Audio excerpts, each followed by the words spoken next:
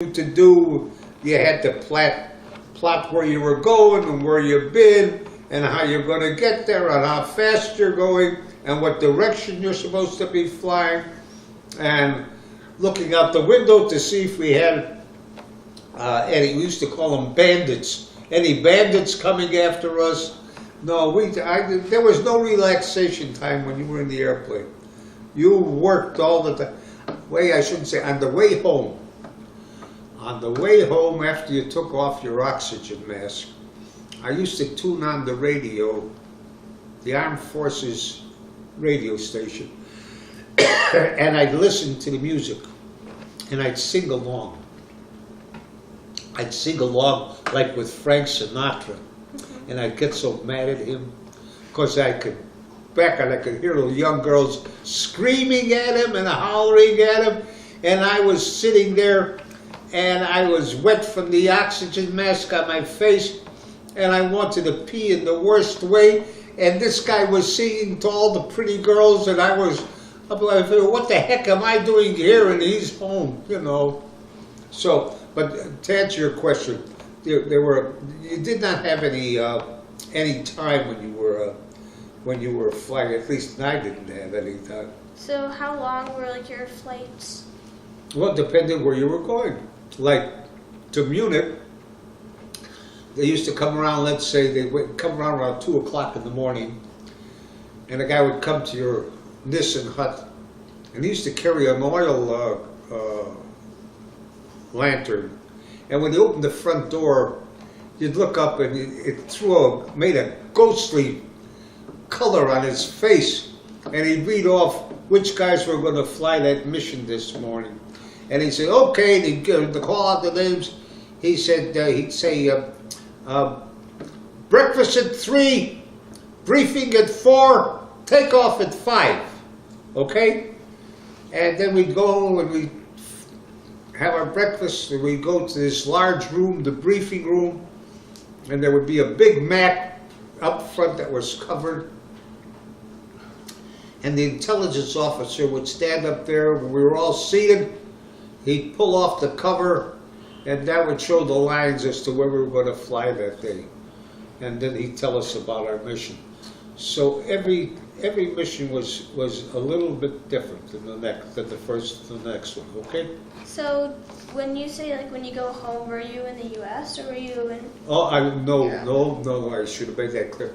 When we flew over to Nuts Corner, England, with our airplane, it wasn't our airplane really. They took it away from us when we landed, and then they put us on another plane and flew us from Ireland to England, and we went to a place in Stone, England, and from there they assigned us to the various groups, and we got assigned to the 398th, and the 398th was located near a town called Royston, which was 60 miles north of London, and actually it was closer by to a little village called Nut Hempstead, which most Englishmen don't know exists.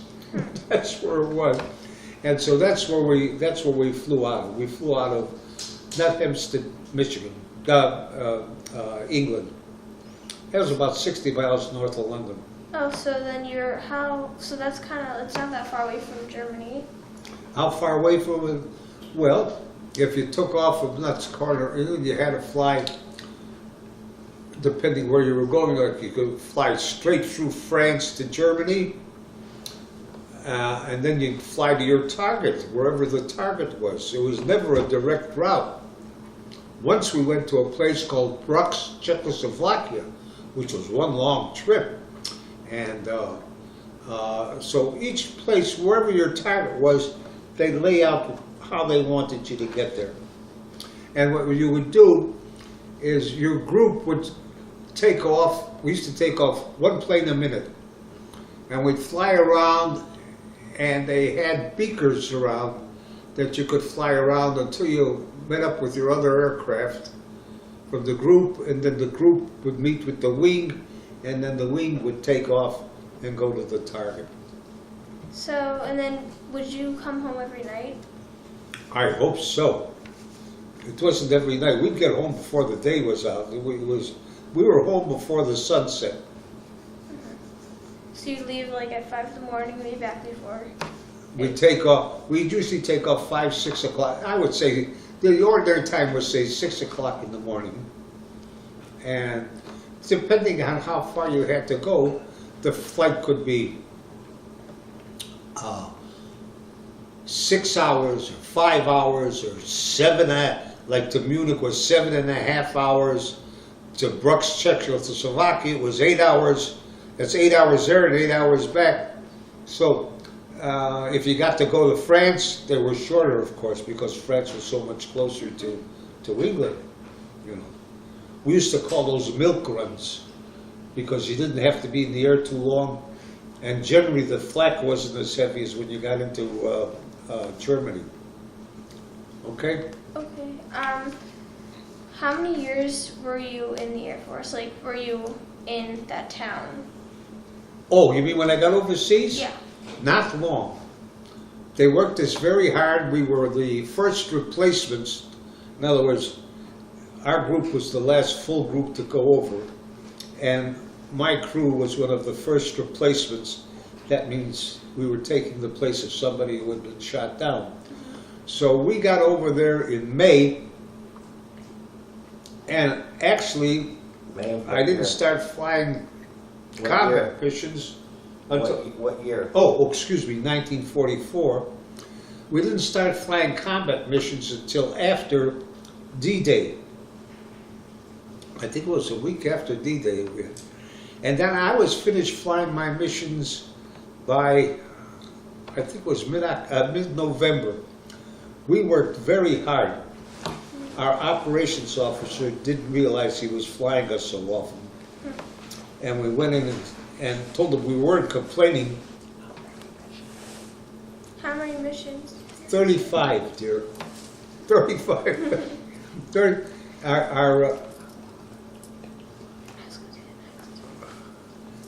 and the 35 missions that we used to fly, depending on how they wanted us. Like I said, we were working very hard. We were a new crew, and our operations officer forgot about us. Every day he'd fly us on another mission. So every 3-4 days we were flying a mission, and you were supposed to get set down for a while to rest up. And when we finally complained, he apologized to me. He said, I really overlooked this. And he gave us a 3-day pass into London to give us a chance to rest up.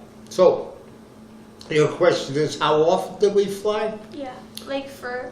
I would say, let's say, twice a week or 3, depending on what the bosses upstairs wanted. Mm-hmm. There was no set time. It's like 2-3 times a week. Huh? 2-3 times a week. Well, that would be a lot. Yeah, 2. I guess that would work out. No, that's very fast. I would say it would work out to less than 2-3 times a week. They were very hard things on us, Sarah. It was very tiring, and so I would say 2-3 times a week. Maybe sometimes, I don't know. That's hard for me to tell. I'd have to look at Pappy's book to see how many times we've. But Pappy we named our pilot Pappy because his wife had given birth to a little girl before we took off for overseas. So we nicknamed him Pappy. So I'd have to look in in his book to see. How old was Pappy? Huh? How old was Pappy? I can't hear you. How old is Pappy? How old was Chap? Oh, he was an old man. He was 26 years old. Very old. He was 26. He was the oldest man on our crew. My brother Dave was 26 years old too. He was a little guy. Most of us were 20, 21, 19. I had a guy flying with us, a guy by the name Duarte. Duarte was the youngest man on the crew, and after all his training, he'd been in about a year. He was 19 years old when he was flying with us. I thought I was the youngest. I was 20, but Ray beat me. He was 19. What would you do when you were in London and you weren't flying? What would I do in London? I refuse to answer on the grounds that the answer may incriminate me. I take the Fifth Amendment. Well, did you ever rest or anything? Oh yeah, I did a lot of resting. That's a. I'll tell you what, Sarah, when we went to London, our main event was to have a good time and to relax. And I will say though, the first time we went into London, you might be interested in this story. The pilot, the co-pilot, the bombardier, myself, the four of us went into London, and we stayed at a hotel called I think they called it the Odeon. And the co-pilot and bombardier got there about 10 minutes before us, so when Pappy and I got there, they said to us, we don't have any rooms left except the bridal suite. And if you want the bridal suite, we'll let you have it for a couple of days.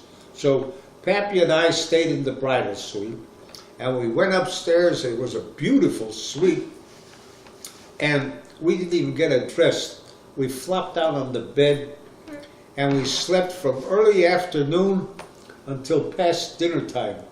And the only reason we got up is because Jason, that was our co-pilot, and Diner knocked on our door to wake us up, and because we were really tired kids.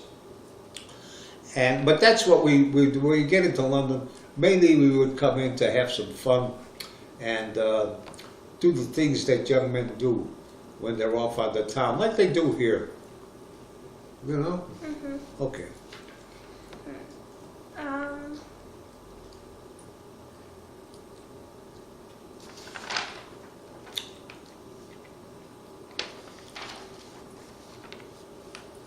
What was your clearest memory, like your most memorable memory in your time in the Air Force?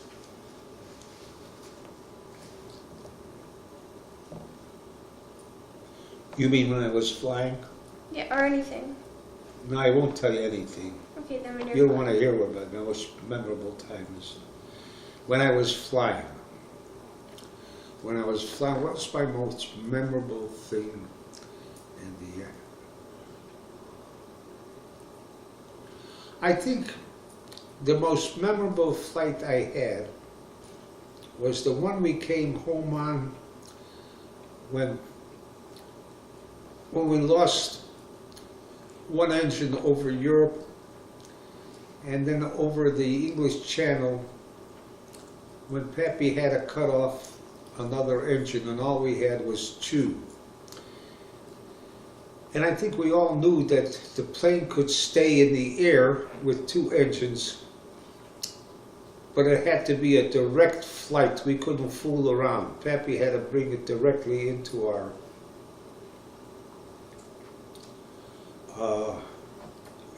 base. And so when we hit the English coast, I gave Pappy a direction to the base.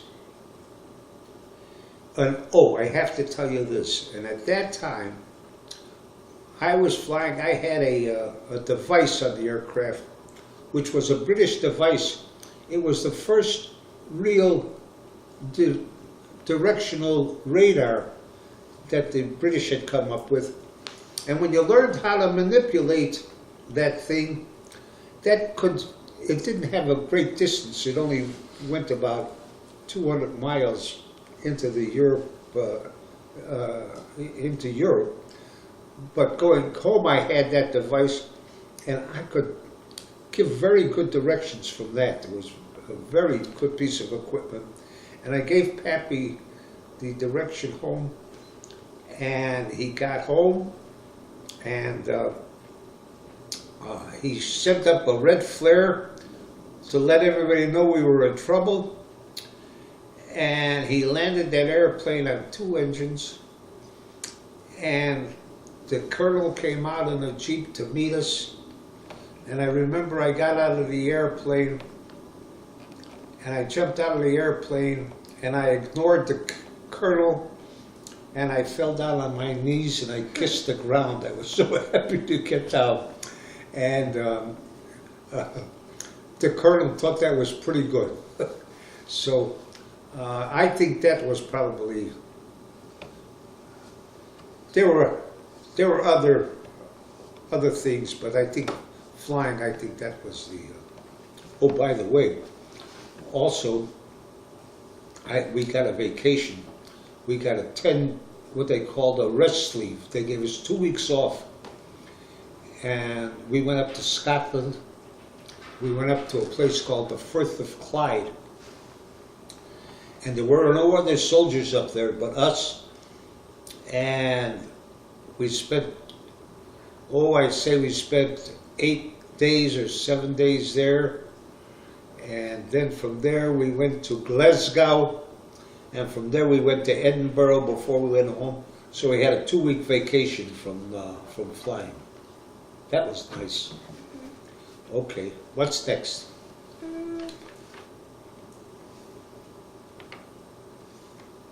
think that might be it, actually. You think that's it? Yeah. I'm not through talking yet, Sarah. You had some other things in there. No, if that's it, that's it. Because some questions answered like a lot of them. Okay. How about name, rank, and serial number? Name, rank, and serial number? Yeah. Or you were instructed, if you were shot down and they took you a prisoner of war, you only had to answer 3 questions. Give your name, your rank, and your serial number. So if they ever got me, my name is Berz, Marvin S., First Lieutenant, 0717166. That was my serial number. I still remember it. 0717166. You know, we used to work, is this thing on? Yeah. Well, I don't know if you want this on.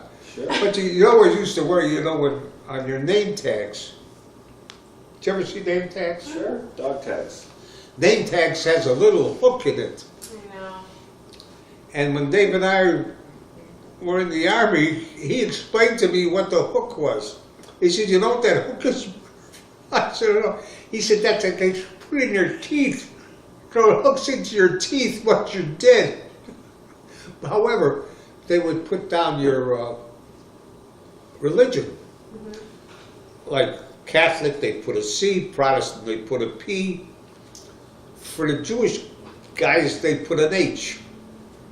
And it always worried me, I'm sure it worried other Jewish kids because we knew we were not welcome. It always worried me as to what would happen to you. Whether you'd ever make it to a prisoner of war camp with the H. And I suspect that some guys did and some guys didn't. The H was, I suppose if the Army knew what was going on over there, he may have changed that. I don't know. I don't know what they do now. But that was troublesome. Okay, what else? What else you got, sir? So, like, was it a different experience to you than, like, your other people because you were Jewish and then you knew that, like, a lot of the war was because of that? Wait, I don't know exactly what that question was. Like, was it different for you when you were bombing Germany and everything? Because It wasn't, no, it was not then, because, no. I wondered about it in case I ever had to bail out of my airplane, what would happen to me when I hit the ground. Because I knew they were not friendly towards us. I didn't know how horrible it really was. But I used to wonder, what the heck would happen if I got picked up by a bunch of Nazis? Would I ever make it to the prisoner of war camps? And I suspect that a lot of times I did. Hey, listen, a lot of times you didn't have to have an H to not make it there. There was plenty of killing that went on that shouldn't have. So, wait, were the prisoner of war camps, were they like concentration camps? Were they what? Like concentration camps? No, you got they weren't pleasant places, but they weren't like concentration camps. They were like prisons. So you just like got held hostage. I had my very good friend spent almost a year in a prison camp. Did they let you go eventually? After the war, he got out. But a lot of people died there, and they didn't have the best medical care. And towards the end of the war, they kept marching American and British prisoners of war. They kept marching them all over Germany for whatever reason. They didn't want them falling into the hands of the Russians, because they figured the Russians would turn them into soldiers for the Russians. And it became a hard time for prisoners of war. So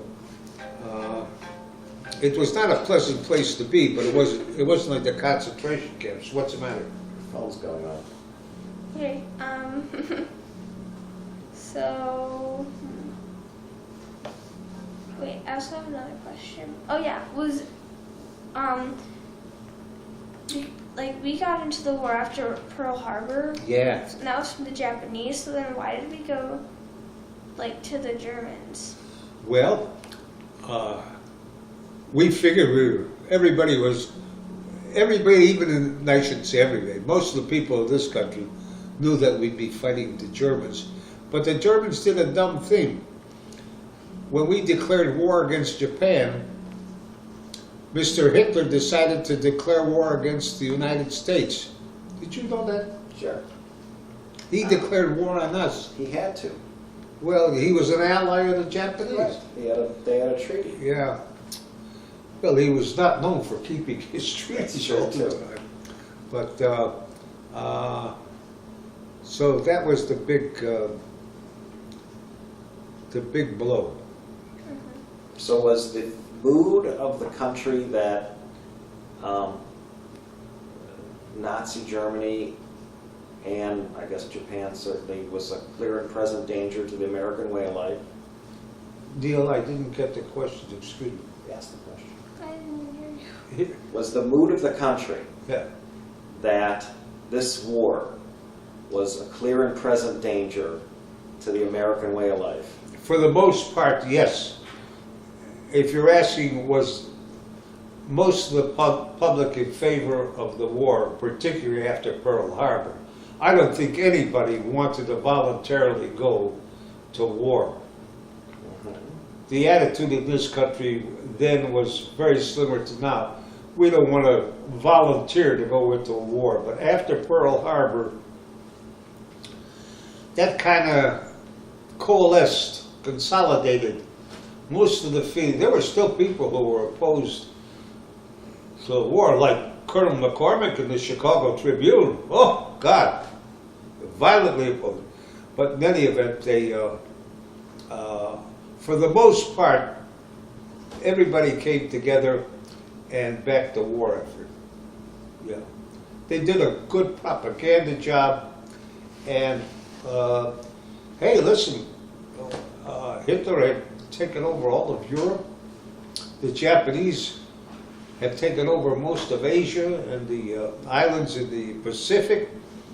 And if we didn't go to the aid of the British and start our own army, you know, we'd have been totally isolated. And with the attitude of many people in this country, it have been hard times for many of us. When we declared war on Japan, did you ever go anywhere near Japan or? No, I did not. I almost by mistake, I volunteered, I should have known better by that time. I volunteered to take a course in something I thought would be interesting after I got back from overseas. And they called us one day and they said, we forgot to tell you that if you want to volunteer for this, it'll require you to go to the Pacific. And they said, they were nice to us, they said, so in view of that, anybody who wants to withdraw from this program can withdraw. And everybody withdrew. Why didn't anyone want to go to the Pacific? Because we had enough of war. My pilot, Pappy, came back and he wanted to check out, he wanted to fly B-29s. And so he did that, and then when the war ended, he was on the island of Saipan getting ready to fly to Japan when the war ended. So although he was on Saipan, he never flew a mission over Japan, but he was in the Pacific. I could have gone if I wanted to, but Sarah, I didn't want to. So, but before, like, did you choose before you even went over to Europe to go to the Pacific? Because you choose between the Pacific and, you couldn't choose anything. They told you where you were going. And thank God they sent me to Europe, because if I went to the Pacific, I'd have to be very good at navigating with the See? the stars, Yeah. what do you call it? Astronomy? Huh? Astronomy? No, well, you had to know astronomy. Celestial navigation. And I was terrible at that when I was a kid. I was just awful. In fact, I'll tell you a secret. They held me back so I could at least learn the increments of doing that. So I'd have been terrible if they sent me to the Pacific. So I was happy to go, but I breathed a sigh of relief that I got to go to Europe. Okay? All right. What else? Any other questions, Sarah Bear? Any more questions? I got a lot more answers. Well, what do you want to add? What did we miss? No, it's enough. It's enough. You sure? Well, Can you tell us the story about Santa Claus and the house shoes? Santa Claus, what? and the house shoes. Oh, Tell well, me the why did story. you want to know that? I want to know. The Santa Claus now. Should I take it off? No, keep it on. I want to hear it. Well, she wants to hear the story. Tell the story, Marvin. I told your mother and father the story when I was a little boy. We lived in, we lived in Aurora, Illinois at the time. My father had a business there. And around Christmas time, you know how these Santa Clauses sit out and they ring their bells? Well, even when I was a little boy, they used to do that. And you remember, I came out of a house which was very Jewish. And my parents spoke Yiddish mainly. They didn't, English was a second language to them. So I used to pick up all the Jewish phrases. And one day we're walking down the street, my mother tells the story, and I had to be about 3 years old, I guess. And the man is out there, and he's making the noise. And I was looking at him, and my mother said, go over and ask him what you want for Christmas. And I walked over to him, and I was scared to death, and this nice guy said to me, what would you like, little boy? And I said to him, I'd like a pair of new Steckschich. Do you know what Steckschich? Say it again. That's Steckschich. That's the Yiddish words for house shoes. I wanted a new pair of house shoes. And my mother says she couldn't stop laughing. She was crying. I wanted Steckschich. I told you the story. My father was in a Catholic hospital. No. Yeah, he was always in the hospital for some goddamn. And they used to have little alcoves with the Mother Mary and candles, and people would pray. Was watching. I saw the candles. She said, Marvin went over and closed his eyes and was bitching lit over the candle in the Catholic house. I must have been a cute little kid. How old were you when About you did 3 that? years old when we lived in Aurora. Oh, God. What did he do? He was, when you light the Sabbath candles, you cover your eyes, and he was Yeah, doing it cover- over the Catholic. He just was, imitating his mom, and he was a little boy. It was very cute. Okay. Oh, any other questions, Sarah? Any other questions? You think I gave you some good answers? Yeah. Sure. Okay. Now what do? You take this and convert it into an essay or something? Kind of, yeah. Huh? It's because I have my family history project, so it's like, this is one part of it. I have to like make a family tree and do a bunch Oh, of you stuff. need a family tree? You got your family tree? No. Not yet. Could you give her the family tree? You know most of it, don't you? I know that You can give her. your father came over in My father came over in Yeah, no, 07. just like- 07 and your mother came over in 1908. Yeah, but very close together it's like- because Anne was born. In She was Russia. 6 months old when They came from the Ukraine. Well, actually, we always called it Russia, but it was from the Ukraine. Or from